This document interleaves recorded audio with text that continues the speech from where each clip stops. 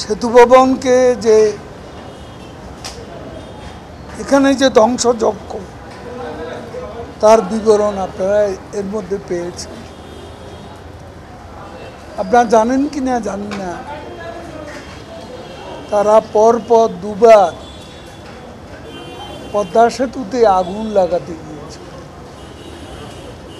পরপর দুদিন জাজিরা প্রান্তে এবং এদিকে মাওয়া প্রান্তে।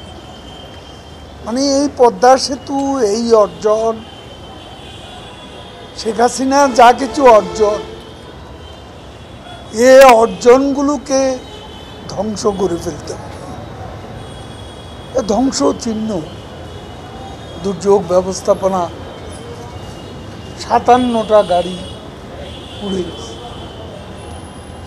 আগুন যেভাবে ছড়িয়েছিল, এই সেতু ভবনেও সচিব নিজে ছিলেন, উপর কর্মকর্তারা অনেকে ছিলেন। তারা এই ভয়াবহ দৃশ্যপট দেখেছে। এখন নেত্রী স্বাভাবিক কারণে তিনি কষ্ট পাচ্ছেন, কারণ ঢাকায় স্বপ্নের মেট্রো রেল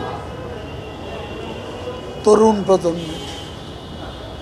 আজকে দেখুন, মেট্রো রেল নেই, পার্থক্যটা বুঝেন, জনভোগান্তি কোথায়। আজকে এলিভেটেড এক্সপ্রেসওয়ে নেই, ফার্ম গেট থেকে এয়ারপোর্টে 8 মিনিটে যাতায়াতে স্বপ্ন এখন দুঃস্বপ্ন। মানুষ কষ্ট পাচ্ছে। উত্তরা থেকে হাজার হাজার মানুষ ঢাকা আসার জন্য চেষ্টা করছে। 8-10 মিনিটের এখানে 30 মিনিটের পথ এখন 2 ঘন্টায়ও আসতে পারছে,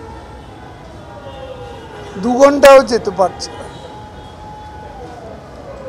এভাবে রাষ্ট্রীয় সম্পদের প্রতিসাধন তারা করেছে। এটা সাধারণ ছাত্রছাত্রীদের কাজ নয়।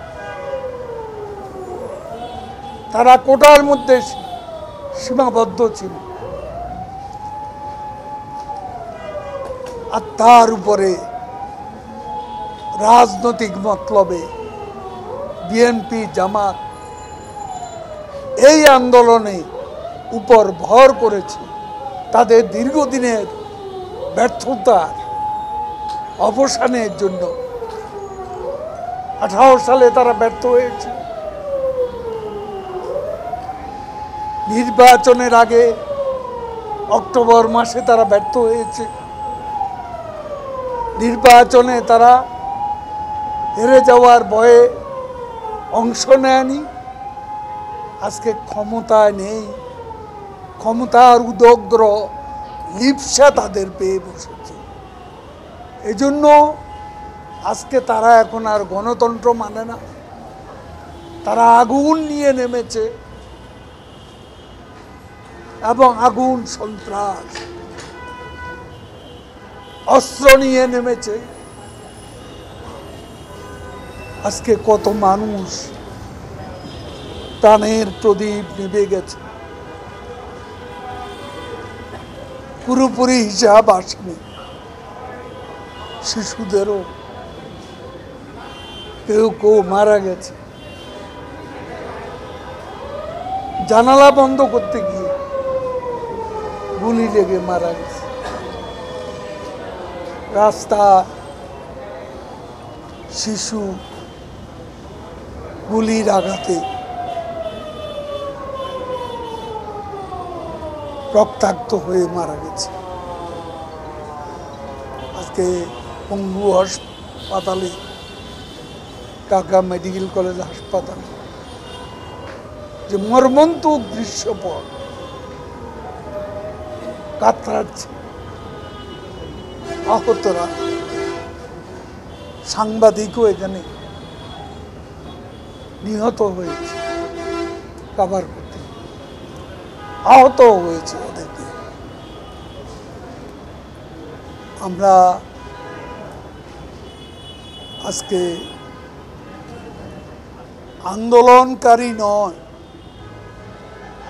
আন্দোলনের উপর ভর করে যারা সহিংসতা ধ্বংসযজ্ঞের মাধ্যমে একে রাজনৈতিক রূপ দেওয়ার চেষ্টা করছে, তাদের বিরুদ্ধে মুক্তিযুদ্ধের সপক্ষে সকল শক্তিকে শেখ হাসিনার নেতৃত্বে ঐক্যবদ্ধ হওয়ার আমরা আহ্বান